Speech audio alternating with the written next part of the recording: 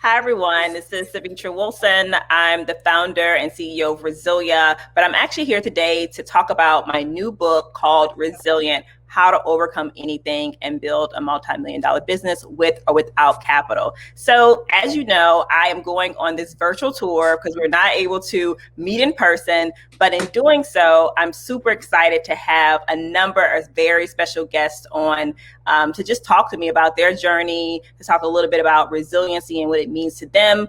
Today, we have Baron Davis, entrepreneur, investor, philanthropist, and two-time NBA All-Star and record holder over a 13-year career. So long career in the NBA. But what I love most about what he's doing today is how he has transformed what he's doing off the court as a businessman. He's one of the original investors in Vitamin Water. He helped launch Thrive Market, so many things. He's also the founder of several companies, including Sports and Lifestyle and Culture, the Black Santa Company, which I own a couple of sweaters and brought my cousins a couple of sweaters. So we've been rocking with Black Santa for a minute.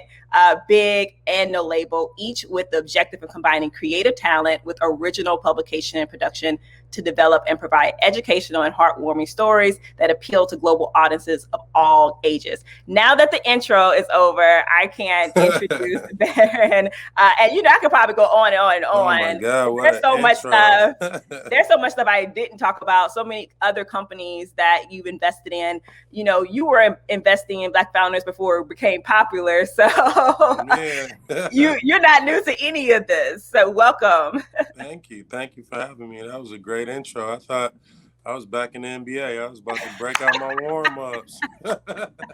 They need to call me up. I'm happy to, intro the Pelicans, do what I need to do to keep it lively.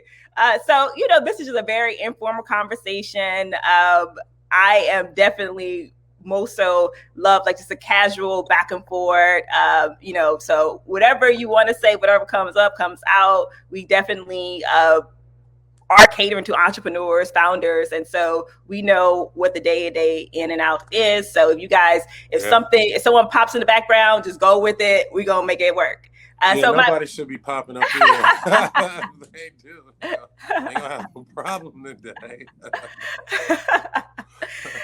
So my first question really is, I would love for you to talk a little about your background and how your life circumstances either prepared you for where you are or maybe were a hurdle to get to where you are today.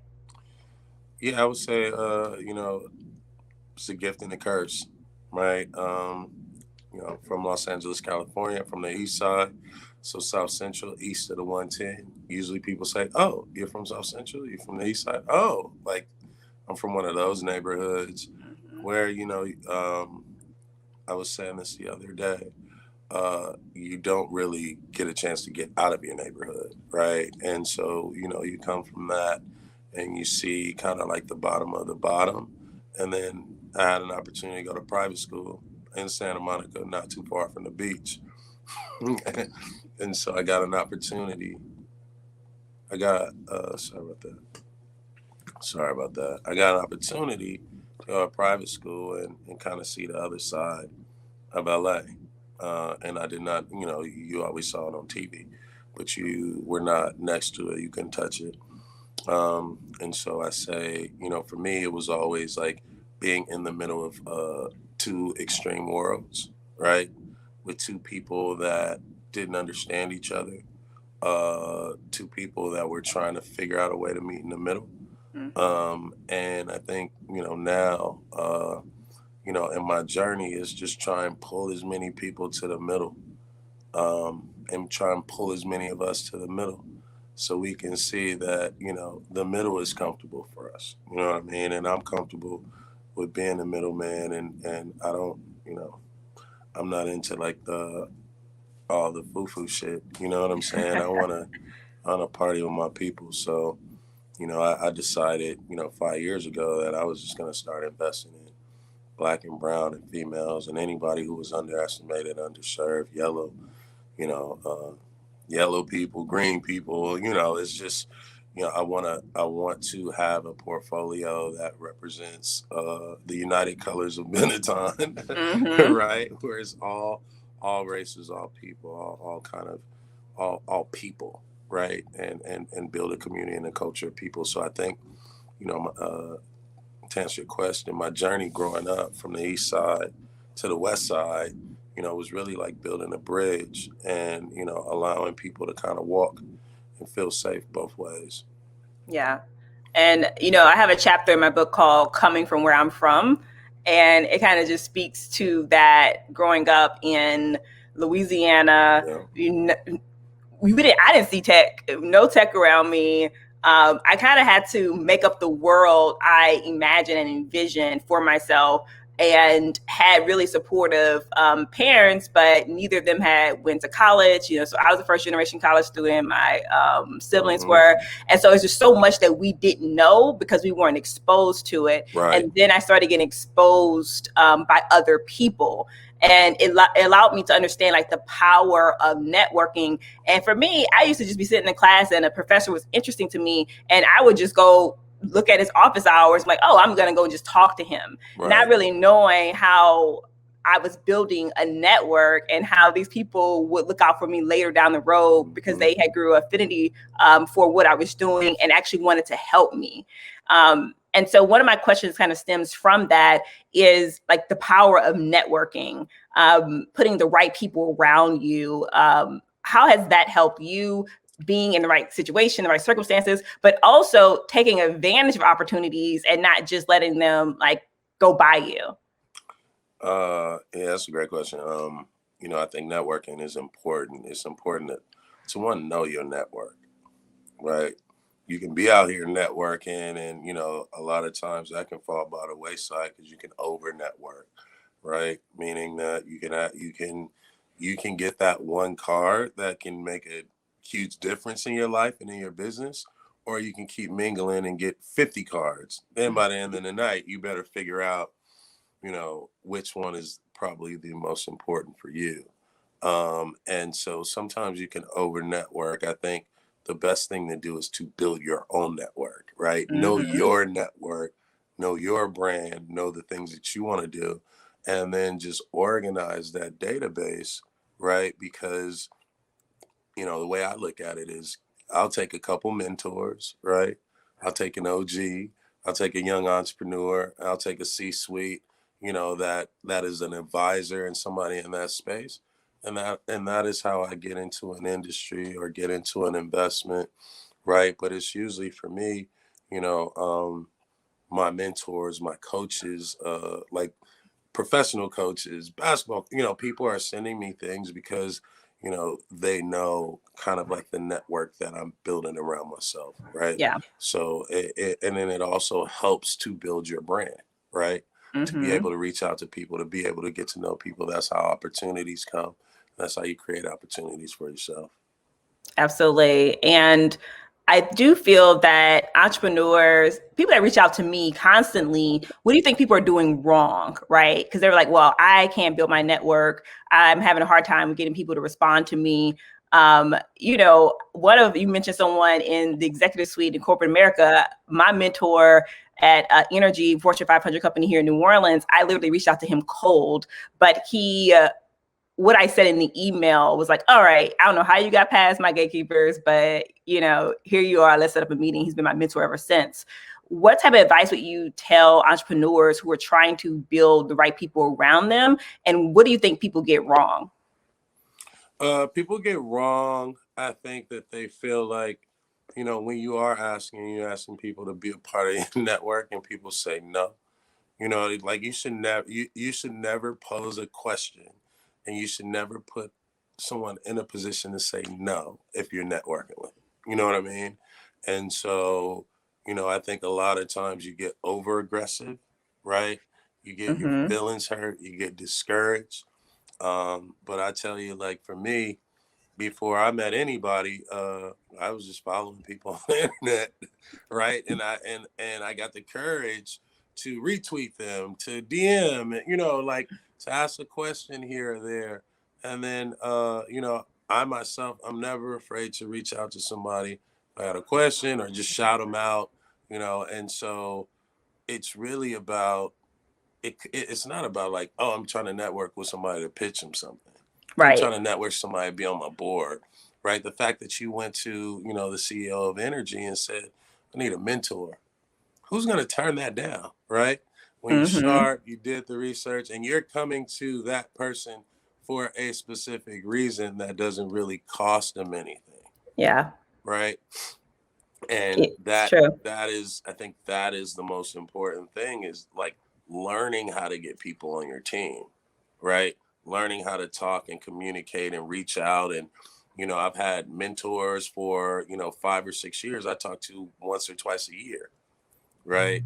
And now it's like, what, let's just talk every Monday, Mm-hmm. right? And now it's like, oh wow, I got a real mentor. I got a real somebody in my life, kind of picking everything that I need apart. But it took me 3 or 4 years to work up to that every Monday at 5 o'clock, Yeah. Pacific time, that we just hop in, and it took the pandemic for us to hop into Zoom, right? And to really connect. So I think that that's the way we should be doing it, right? Yes.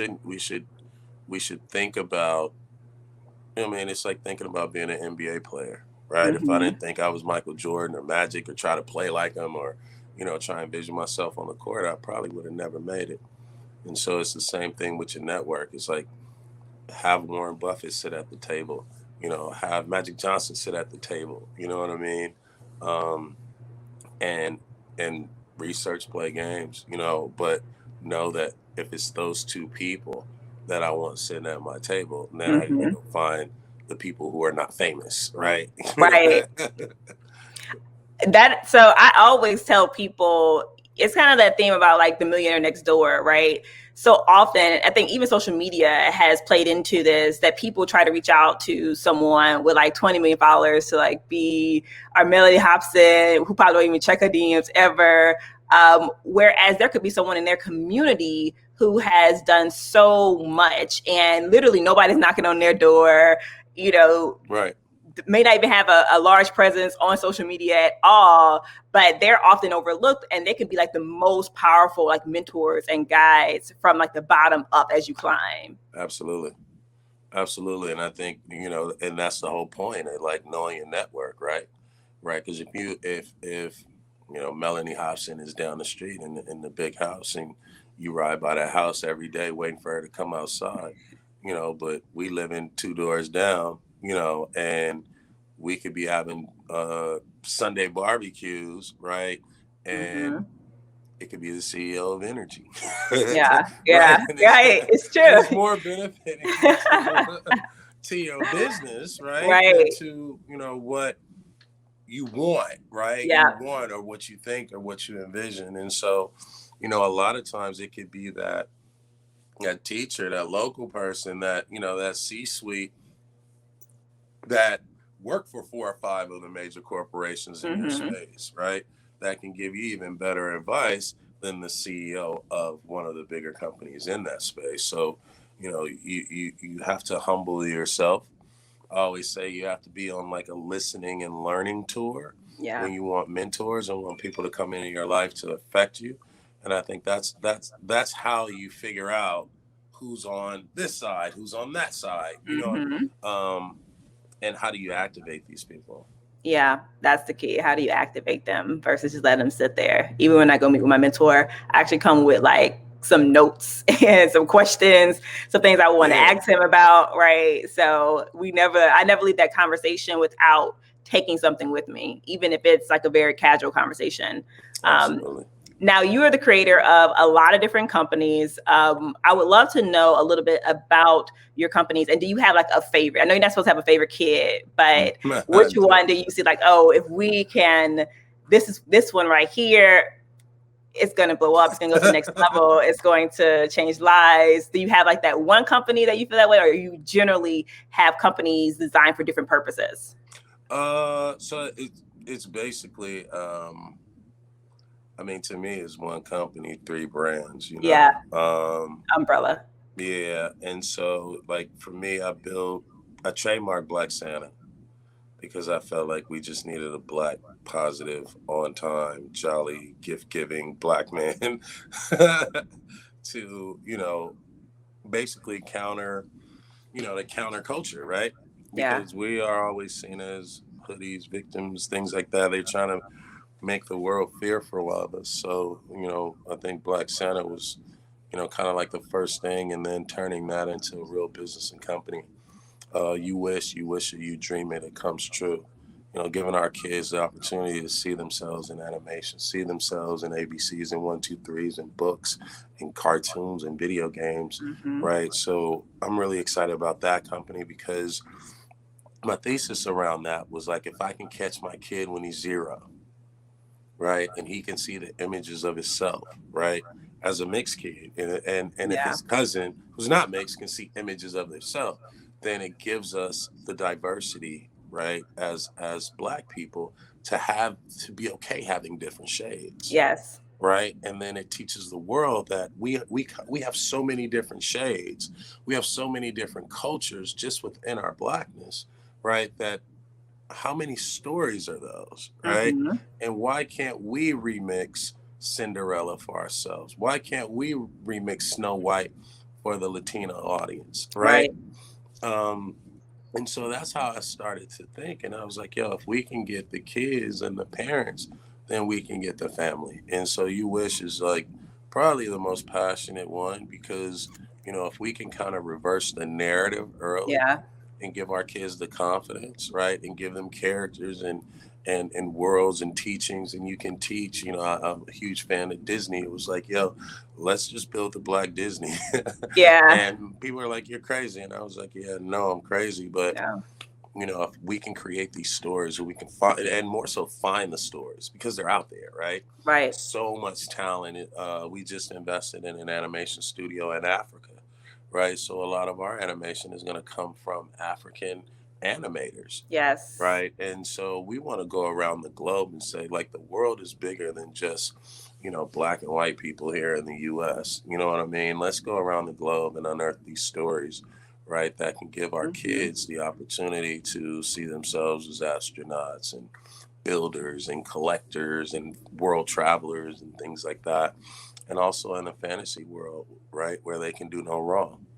Yeah. And I think that's kind of like the best teacher. So, You Wish is that's how I started with You Wish, and then, and then went to Slick, which was sports, lifestyle, and culture, sort of like a digital ESPN Mm-hmm.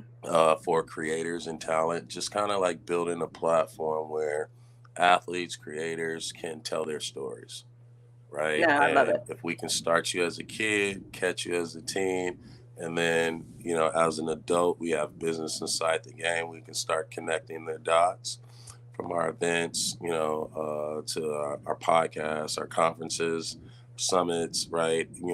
I want a kid to be able to basically get funded from, our give back program from our portfolio, right? Have that kid go to You Wish, go into the Yeah. workshop like a Disney club. After that, transition in the Slick where they know who they are, their worth, and their value, right? And they can, make money for themselves direct to their fans.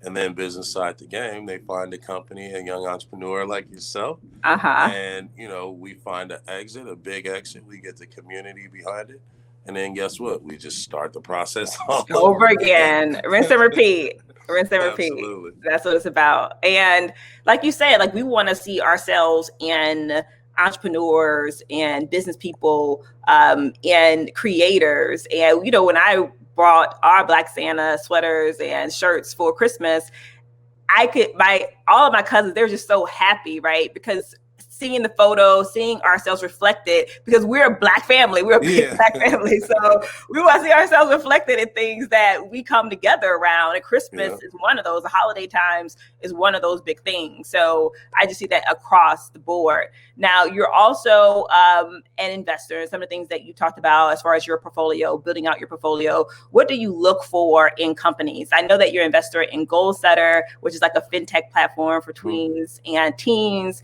And that, to me, just everything that you said, it ties so much to what you care most about and how you can build, continue to prepare people, spread knowledge so that more and more kids grow up and they start companies and they exit from companies. And so it all ties together. But from an investor standpoint, what are you looking for? I'm looking for people to be a part of our ecosystem, right? I guess like as an angel investor, I'm really looking at, you know, what problem are they solving, obviously, but you know, who's the person? Mm-hmm. How can I help the person? Right. So I'm more like interviewing them, you know, outside of the business. It's more so like, who are you? What can you handle? You know what I mean? What do you need help with? Right. And then who do I know in this space that can help you? Right. Right. Who do I know in this space that can really, you both can mutually benefit from meeting each other? And so I kind of look at things differently. I look at like, one, how can we help? How would you fit into our ecosystem?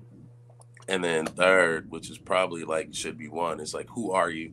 What are you doing? What problem you solving? Right. Mm-hmm. And so we'll get to pretty much all three of those things, and then we'll make an assessment and say, hey, we really like this company. I love the entrepreneur. I want to work for you one day. Like that's basically my mentality. Is, you know, I have like 25 different jobs. I feel like I work for all the companies in our portfolio, but it's fun. You know, it's fun kind of playing connect the dots or invite them to a summit or a dinner, things like that. So it's, you know, as this thing continues to roll, you know, I think naturally I won't be the only one doing this. Yeah. Right. And so it'll be more people kind of doing it in a way that we can be communal, we can help each other, support each other. We can get exits, we can get wins. We need wins, wins, wins on the board. So however we can rally, you know, my network, my community, an ecosystem of people around an entrepreneur, that's what we look for. Yeah, I 100% agree with that as an entrepreneur. And oftentimes we talk about exits, et cetera. You know, sometimes you'll have Twitter like, oh, you know, we don't need any more Black capitalists. We don't need any more black billionaires aren't going to save us. And I'm always like, well, let's try it and see. Yeah. I'm like, I'm always like, let's be see. one. I can guarantee I make some guarantees. I throw some guarantees out there. Right. I'm always like, I hear that so much. I'm like, they better stop okay. playing. They better stop playing with us. Let me be a billionaire. I guarantee you see some change.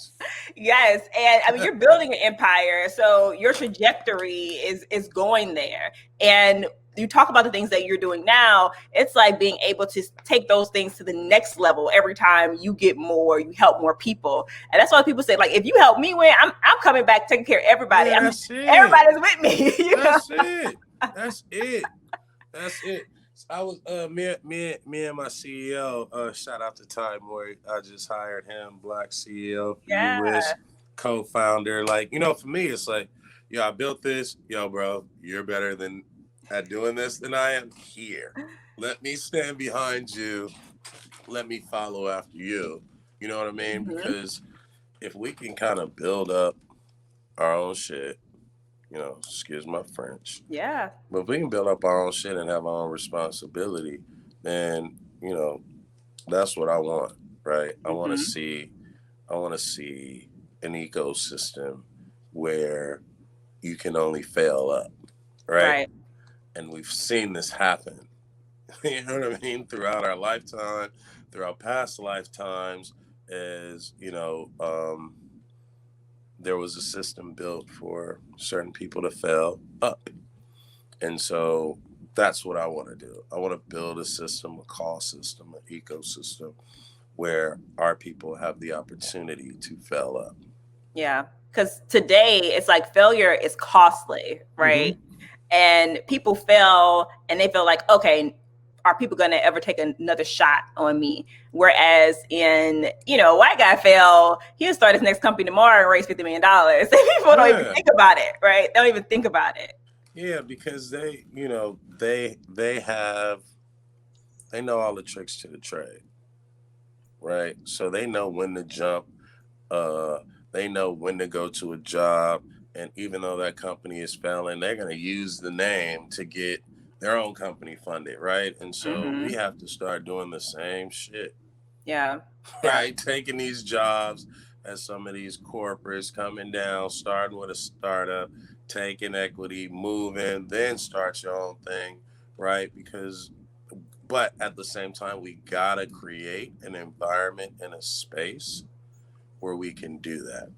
So we can't think about being crabs in a bucket. You know what I mean? And then the crabs that get out the bucket, line up, use all your might, and push the fucking bucket over. So we Over, all yes. get up. It's true.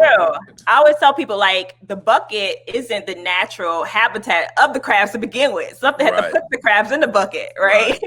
Right. And so now they just everybody's trying to climb to the top to get out of it, but they were never supposed to be there to begin with, right? Something put them there. And I think it's like that mentality, like you said, once you get out, you got to come back and push the bucket over. And, so everybody else can be able to be free too. Think about that with like financial literacy and building wealth as a whole. So what do you think are the key things when we think about like entrepreneurs building their companies? How do people break through, right? Like, I think that a lot of entrepreneurs, and particularly those probably who are listening here, they're looking for that thing that really allows them to like break through and start getting momentum. And I think about, when I first started my company, I got all the no's. Black, white, everybody was telling me no. How do you break through? I tell people I eat no's. I eat no's for breakfast. You send me a no, I'm gonna put in a tortilla shell and make me one of my famous tacos. Like, you gotta eat no's. You gotta take it. You gotta digest it. And you say, you know what, this is. People tell me I would never make it in basketball. People told me that I shouldn't. No, you shouldn't make movies. People said no, you shouldn't spend your money on companies and invest. It's like, man, you take that and use that as your force. Yeah. Right. That is the fuel. If you get no's, it should just, it should fuel you to be great. Right. And the no is not a like a barbed wire fence. A no is just another way around for someone to come around to say yes. Mm-hmm. Yeah. You know what I mean?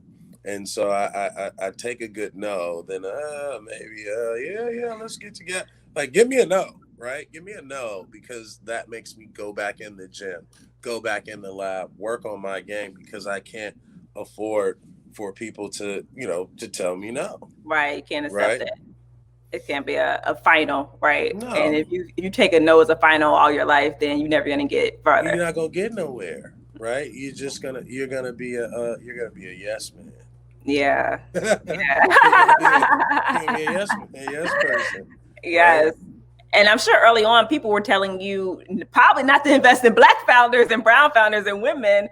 Because I know they said, "What are you doing?" Right? They was like, "You're gonna lose your money." Over the place. You don't know. Like, go invest over here. The Ubers and everything in the world. Don't invest in Black and brown founders. And I found that for me, when we raised capital, we raised over 11 million now. But in that journey, I just remember so clearly thinking like, oh, I'm going to go to like the Black investors. But even the Black investors were telling me no. And I was like, oh, Lord, what is going on? I said, I didn't know it was going to be like this. I was like, I did not know it was going to be like this. But I remembered from that experience. And I was like, when I'm on the other side of the table, I'm going to invest in Black founders, and I'm going to make it a point to invest in Black founders. Mm-hmm. And that's why I so much appreciate you for what you're doing, because you do it and you do it loudly. Thank you. I'm trying.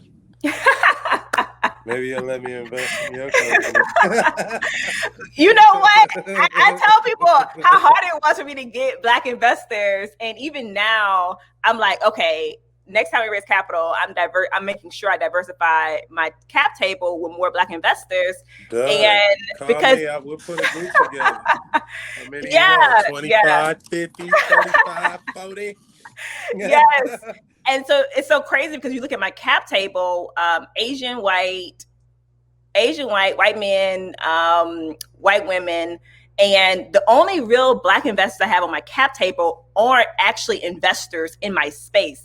I have like a Black female doctor who just like, I believe in you. I'm gonna write you a check, you know. Then I have a Black investor who don't even invest in tech, and he invests in real estate. It's like, oh no, you ain't got no Black investor. Oh, I'm gonna write a check, right? And so that's one thing that I was always mindful of. Is like, man, you know, when I raise again, I have to get Black investors that invest in tech on my cap table. And you know, I see now there's definitely this big push to invest in Black founders. I don't know if you do you feel like it's trendy now. But just do it. I'm saying like I don't even care. Yeah, let's go. Just do it. Everybody announcing they got all this money and all this money floating around. Like I had a conversation with Dove randomly, and they were like, "Yo, can you post them? You know, can you post this honoring you know, March Madness and Black athletes getting paid?" And I was like, "Hell no." They're like, "Why not? Because you ain't paying." Right. You know what I mean? Like, and they were like, "Well, how much you want?" I was like, "Hey, me, you need to go to these organizations. You need to partner with these organizations. You need to give them the money." Yeah. Right? Because I don't want to see any goofy ass commercials about what y'all doing with Black people. It's a lie. I don't believe it. So don't give me the money. Get the money to somebody who need it, you know, and I think that's where we have to start thinking is like, man, I don't need this money. Let me get this $7,500 to this young filmmaker, right? I'm gonna direct this thing. I'm gonna bring a young person with, like, just bring somebody with you. Yeah. Right? Just bring somebody with you. Shit, pay them to be your shadow. Pay them to be your intern. Right? Every time we get opportunity to do something, we just gotta do it. Yeah. Right? And we can't wait. Bring somebody with you that's never been there, right? Because that's what it sounds like you're saying. Because every time you get exposed to something, it just opens up not only like your mind, but your knowledge of what is possible, right? Because I just feel like even for me being in Louisiana, being born, raised in Louisiana, it wasn't until I started moving outside Louisiana and started meeting other people, started seeing the way, you know, these white guys move. And I'm like, it is so much out here for us to get. Talk that talk. We gotta go get it. Talk it up. For we real. have to go get it. Yes. That's what I saw too. I saw what they were doing. And I was like, okay, so this is how you start a company. You just go get two other people, come up with an idea, write on a piece of paper, and raise some money. Then you get the money and start building the company. Now, my dumb ass, I was building the company with my own money. Yeah. And not even thinking about it. You know what I mean? And then once I figured out, like, oh, this is what they doing, then I start to rewrite the way I wanted to do my stuff. You know what I mean? And it was just like, all right, well, I know I can raise money, right? I know I can raise money. Can I build a company? Yeah. And then when I build a company, I'm not gonna run this company. Who's gonna run the company? Now I can pick who I want, right? I can pick my entrepreneurs, my CEO, my CMO, right? And I can give them the reins and the freedom so they get the win, right? Yeah. And it's them. They're the brand. They're the people who are gonna hire. And I can sit there and say, yo, make sure it's balanced. Make sure it's this. Make sure it's that. And I would say, all in all, it's been a hell of a challenge, though. Yeah. Right? What's the challenging part? It's ambitious, right? It's like when we talk about just Black people alone, like I'm going to do a documentary called, you know, the 50 Shades of Being Black, right? Because we don't get along, right? We come from different cultural ties, you know, things like that. So now you got a Black person, you got somebody from India, you got somebody from Asia, right? You got somebody, you know, from South Central, somebody from the West Side. So you got privileged, unprivileged. That's just hard. You got women and, you know, women from different background and men. And it's like, that shit is hard. Yeah. Right? It's really hard because what you see is we start looking at each other looking at each other. So when we see a difference, right? Then from that difference, we start to compare notes of, how we grew up or how we Yeah. right? And then there's only and what I've learned was only in like crisis or panic situations will people get rid of all that shit just to get the job done. Yep. You know Yep. what I mean? And so that's the hard part for me, was like to really try to make sure that everybody had a free space to articulate themselves. Everybody had a free space to be ignorant, right? Because it's Mhm. okay to be ignorant if somebody can tell you that, yo, this is ignorant and this is not how it goes. Right. It's okay Right? to change your opinion once you have new information and new facts, Yes. right? Yes. Yes. And so and it's also teaching, right? So Yep. now I can learn emotionally, right? And I can learn on the job just working on what I'm doing. But I want these people, even if they were to leave, when they go to the next job, it's like, yo, we found a leader. That person knows, can relate to everybody, right? We want to celebrate, we want to honor everybody, Mhm. right? Because the more and more we do that, right, the more and more we realize we all the same. Yeah. No, it's true. And so you touched on something about how you could build a company and then bring in other entrepreneurs, their brand, let them run it, all these things that I feel a lot of people don't know about this method of building a business. And I actually feel like it's more, I've seen it more like in LA when you see like Science, what they did, when you see even where LegalZoom came from or the Honest Mhm. Company, right? How they essentially like, okay, we can pull together the resources to make this happen and then bring an entrepreneur who love what we're doing, has a background in it, has the ability to help grow it. And so the idea that these two things can connect was something that I was exposed to, I feel like later down the road. Right. And so what do those type of companies look like?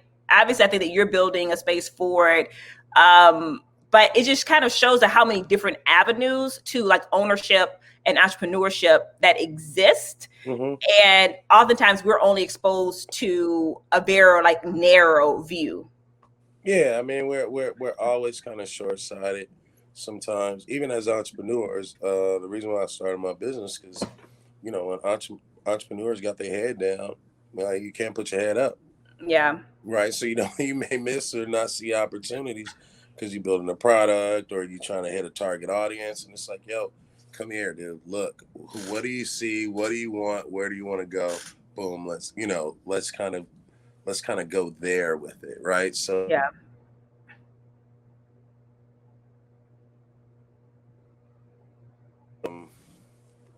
Uh, am I back? Oh, you're back. Yeah. Sorry about that. No, it's Um, fine. Good editing tools. no, what I was saying was, we gotta like help. My thing was help entrepreneurs skip the line, right, and figure out. We put our heads down. We're going about the beaten path, right, and sometimes you just need to look up. And as an Mhm. entrepreneur, it caught me when I was building out, You Wish and Black Santa. It was like, hold on, bro, what the fuck am I doing? I need to get out of here and get out this room and go talk to my friends, right? And Mhm. go and I can't just like spend 24 hours on this thing and I don't have any vision and see any vision. And Yeah. so once I saw that, it kind of made my life easier, because then I got to invest and play with other companies, collab, and it gave breath and it gave light to my company, and it created, this opportunity to be nimble. And so now it's like, how can I do that with any entrepreneur? What do you Mhm. need? If you can rub a genie lamp and make wishes, like, what are those wishes? If you can meet 5 people that can impact your business, it's like, those are the questions I'm asking, right? Yeah. Let's get to the land of Oz by, being able to look up, take your focus, give you landscape, and then when you go back to work, at least you know what's out there. At least you know when the party is. At least when you should show up, right? And that's kind of like, that's where I think, our business was thinking about building the entrepreneur, and then when we come up with a great idea, right, Mhm. we'll just go find the people that run it, right? Yeah. And so there's so many different ways to, kind of be in business, be in ownership, whether entrepreneur, whether investor, passively, right? And that's what's exciting now, because we're just starting to learn this. Yeah, we are just starting to learn it, but it's exciting because we're going to make so many headways in such a shorter period of time, right? Right. But it's like, how do you close that gap? Trying to close that gap is the biggest thing. And so that's why I think, as you mentioned, more exits, all of these things, most people having success. Now you're able to reinvest and you create that system that flows back in and continues to like power what it is that we're all seeking to do. And that's definitely build and create more entrepreneurs and founders that look like us, who have more access and then more wealth and more resources. All of these things matter. And so for you, what are you looking forward to as we start to inch out of quarantine? Are you like, all right, it ain't been so bad at home, but what are you looking most forward to with things opening up? Just working. Working, Right. continuing I the got path. documentaries to shoot. I got a movie to release. I got a movie coming out in June called Domino. It's like a hood comedy. We just bought a studio lot in LA. So we're going to be the first urban studio lot. So we'll be doing a lot of podcasts and, short form video stuff, live shows. Mm-hmm. So just really looking forward to kind of getting back in a contained, safe environment and being able to work with people in office and collaborate, because shit's hard over Zoom, but we're getting it done. But it feels good to be in a room full of creatives and business people. And then I would say the last thing is I'm gonna start doing these dinners where just bringing us together. So when you're in LA, let me know. I'll host some dinner Yeah. for you, and we'll turn Yeah. up for you. We're gonna make it happen. LA, And we have a hopefully I New get back Orleans open. thing. I have a Oh New yeah. I have a New Definitely Orleans bring New thing for Orleans. you. I would love that. So I'm definitely going to hold you to that. And I love the Done. idea of what you're building with as far as a studio. I think about like what Tyler Perry's doing in Atlanta and just this mindset, right? Like we're gonna build it. We're gonna Yeah, we can own build it. it. We can We're have gonna it. use our creators. People don't have to go over here and get turned down or over there because the studios won't allow them in or they won't produce their film. And so I love to see all of this collaboration happening, as well as you basically saying, I like to do this. This is what I'm passionate about. And I don't care what anybody else says. And here it is. And then after the fact, people are like, oh my God, that was an amazing idea. It's always sometimes amazing after the fact. Right. No, and sorry, I'm getting text. I'm late for my Your team next meeting, yes. briefing. Yeah, at 11. I gotta drive 30 minutes to. Oh my gosh. It's all good. They'll wait for me. I own the company. I promise we're gonna edit that out for sure. He was like, oh I yeah. don't care. Like, I'm a he's telling the comedian truth. too. He's I telling the tell truth. people, whatever I say and it offends somebody, I just say, hey man, I'm a comedian. Bad joke. So as we kind of wrap up here, one thing that I often talk about is the fact that no matter what, you have to kind of pave your own way. And so if there are any like parting words that you can leave with entrepreneurs, founders about paving their own way, or things that you want people to think about, right, as they're trying to build their own company and grow. Focus, research, believe, don't get discouraged, find mentors, network, build your brand. And when I say build your brand, I mean build your network, build who you are, understand who you are, understand what you want and will do. You know what I mean? And other than that, you gotta just have you gotta know that failure leads to success. Mm-hmm. And like sometimes like you feel like you failed, but you learn so much more, and that one step back can be 5 steps forward. You know what I mean? Yep. You never know. And You it's never okay to take 2 steps forward and 1 step back if you're going to take 5 steps forward. Right. Right. People are afraid to fail so much that they'll just stay stagnant where they are. Right. All day. All day. Just so they don't have to say they failed. They're just gonna stay right here. All right, I'm about to read this. Yes. I'm gonna read that book. You gotta sign it for me. Yeah, well, your people are gonna send me an address for you. So I'm gonna send the box and everything your way. Resilient t-shirt, the whole 9. And I definitely will hold you to and I'm gonna interview you next. So I'm gonna have you on my panel so I can interview you next. We're gonna swap it out like that. Yeah, let's make it happen. Thank you so much. Thank you again.